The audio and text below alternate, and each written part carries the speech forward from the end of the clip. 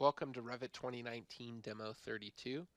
To get started, we're going to start by opening up Revit 2019 Demo 31. This demo is going to be encompassing wall sweeps. So we're opening up Revit 2019 Demo 31 and we're continuing on from here. We're going to go to a south elevation. So just ensure that you go to a south elevation. We're going to make sure that we have the crop region hidden for this view. And what we're going to do is we're going to go to wall, architecture wall, sweep. So down below it creates a wall sweep by extruding a profile along a path, opens an elevation view or a 3D view to create a wall sweep. Use wall sweeps to model elements such as baseboards and crown molding. So what we're going to do is we're going to select the initial one, which is a cornice, and we're going to just place it somewhere within the model at this point from the elevation. So we're going to just place it below this window, and we can leave it there for now. And what it's basically asking us to do is to snap to a 3D view. And in a 3D view, you can see what it's doing, and it will continue to go through and connect accurately based on the position. So if I were to go around the entire building with this, I'll have that wall sweep connected throughout the entire building. So that's just something to understand of what the wall sweep's doing. What we're going to do is just place it on the front for now. And it's important to know that you can slide this thing back and forth as well. So you can adjust the values of what the sweep is doing. Now, what's important about this is that it's following along a path, and the container is the profile. So there is a cornice profile that's attached to this, and you can see subcategory of walls, wall sweeps, cornice, and then you can set the profile here. So there's a series of preloaded profiles, and what we could do is we could set it to bricks if we wanted to, like one brick, hit OK, and it's just going to be one brick. We could adjust this to be 3 bricks if we wanted to, and it's going to live update that profile that's being swept. So basically, that is the extent of what the wall sweep's doing. Now, if we select the wall sweep, edit the type, and go into the different values, we can also associate a material. Inside of the materials, what we want to be able to do is associate, say, concrete or brick or whatever is associated to that particular element. In this one, we're going to say brick because it was a brick. And we're going to hit apply OK. And you'll see that it creates a brick pattern along that sweep. Now, the next step in this is to continue on and look at base and crown molding. So you should have made both the finished flooring and ceiling for the room, for a room that you're working in. A base molding is a transition piece between the floor and wall. So for this, we're going to go to level 1, and we're going to look in bedroom 1 for this particular example. We could look at any of these by going into view, 3D view, and dropping a camera and selecting where we want to view from, and then associating our height.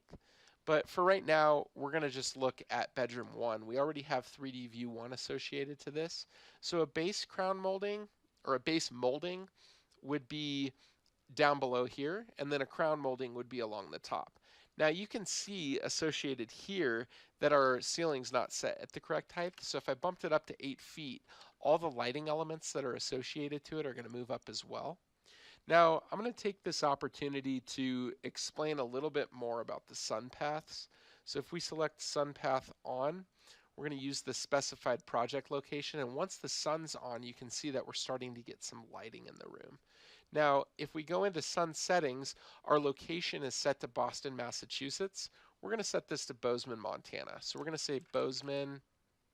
We're going to search for Bozeman, Montana. Search. And what it's going to do is it's going to find the local weather station. So we'll just select the top one that's roughly 5.6 miles away. We'll hit OK. I'll set the time to 1 p.m. Actually, we'll set it to 3. We'll do 3 p.m. Hit apply. And now you'll notice as the sun moves, it's updating the value that's coming in through these windows. So I could set it to see what's going on at the summer solstice, what's going on at the winter solstice, the spring equinox, and the fall equinox. So there's not much sun coming into this room. But what's valuable is setting up the in-session stills based on a time. So I have it associated to today's date, 2/9/2019 at 3 p.m. And that's essentially where the sun's going to be at that time. Now, what that allows us to do is it allows us to understand kind of what's going on in the room and to kind of predict annually what the sunlight's going to do in the building. Now, that's a little bit beyond the extent of what this lecture is, but it's important to understand that because we have to adjust elements based on the location of the room, and we have to also associate the base molding and the crown molding in this room now, because now we actually have a room that we're working with. Now, if I were to shift and rotate throughout this room, it's going to move my frame of reference in the room. Now what I can see is I can see the lighting switches on the wall here, so it gives me an idea of where my heights are as well as what I'm looking at. But for this room, I really want it about like this, and I want to make sure that I'm inside the room, because if I'm not inside the room, it's going to have some errors with the sun. This is accurate, so I'm seeing a bit more of what's going on with the sun. Now, once we've done this, what we need to do is we need to insert and load a profile family of the shape that we want for the molding first. So what we're going to do is insert load family. From load family, we're going to go down to profiles. Inside of profiles, we're going to select finish carpentry. In finish carpentry, we want to load base 1 and crown 4. So we're going to go base 1 and crown 4, base molding, crown molding. Open. From there, we're going to create an interior elevation to view the walls of bedroom 1. So we'll go into level 1, and we'll go ahead and place our views. So view, elevation, and we want this to be an interior elevation. And we'll just go ahead and place the views of where we think these need to be.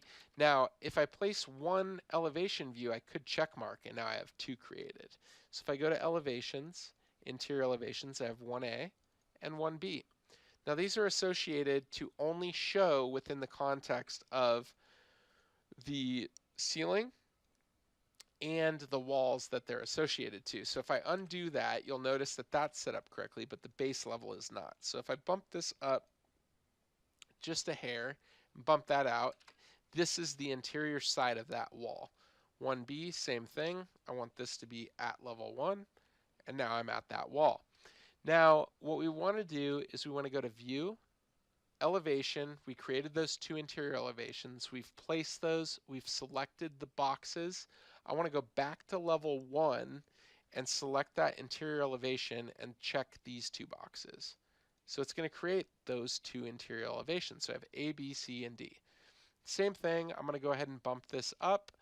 And this may need to be adjusted based on where I'm setting my crown molding and base molding, but for now we'll go ahead and set that.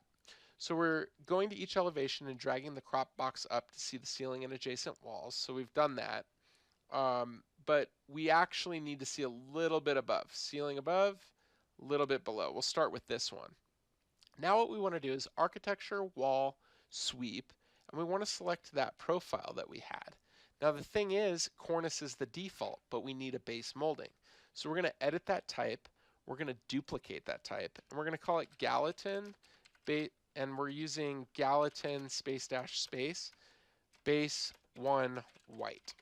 So that's set, and then we're going to choose the profile to be the 4.5 inch base 1. So selecting the profile, and we want to look for the 4.5 inch base 1. And then we want to select the material to be a Gallatin semi-gloss white. So we'll look in here for semi-gloss. Nothing showing up. Let's try semi-gloss. Wood stud layer. I'm not seeing what I want, but what we want is a semi-gloss white. So we want a paint. So we'll look for an interior paint that's pretty close. If you remember, we made this we made a PT68. We'll duplicate this and call it Gallatin white, Gallatin semi-gloss white. And you may have to make this on the fly, but you're all experts at creating paint now. So from here, what we can do is we can select the semi-gloss white, We want to go down to paint, wall texture, orange peel. We'll load that one in.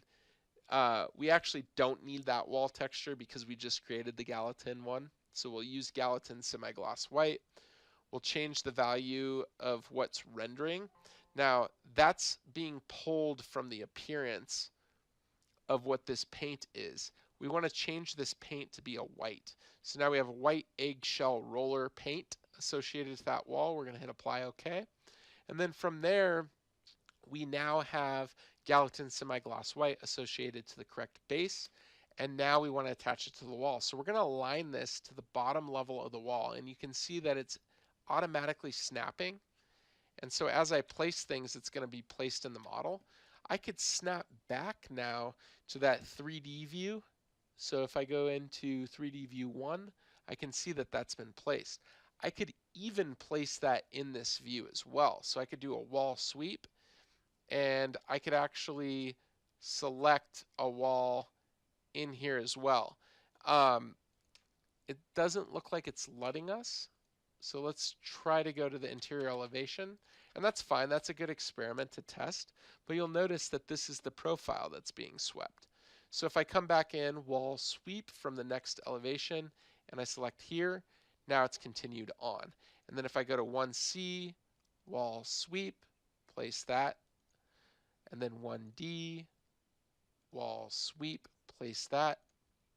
And then if I view it again in that 3D view, I'm surprised it didn't let me place it. Usually it will, but for right now, you can see that that base molding is being placed in. If I hit SD, we've got this in here. Now what's going on is shadows are on, so that kind of gets things a little funky and hard to see. This wall is also not showing up correctly, so what I could do is I could edit the type of the wall, edit it, change this interior gypsum wallboard to not be an orange and to use the rendered appearance. And if I use the rendered appearance rather than an orange, it's going to look correct. So now I'm starting to get that definition that I'm looking for. So in there, we've attached all the wall sweeps to the bottom. We've aligned them to the bottom. We now want to create the crown molding. So what we want to do is continue on the other walls in the room and place that crown molding. So we'll go into level 1. We'll look at this, and you'll notice that that sweep from the base molding's in there.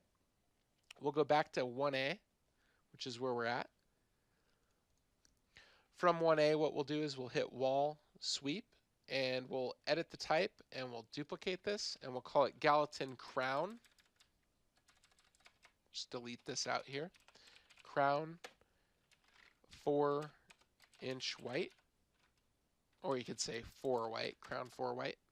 And then what we want to do is we want to change this to be the 4-inch crown that we had loaded in.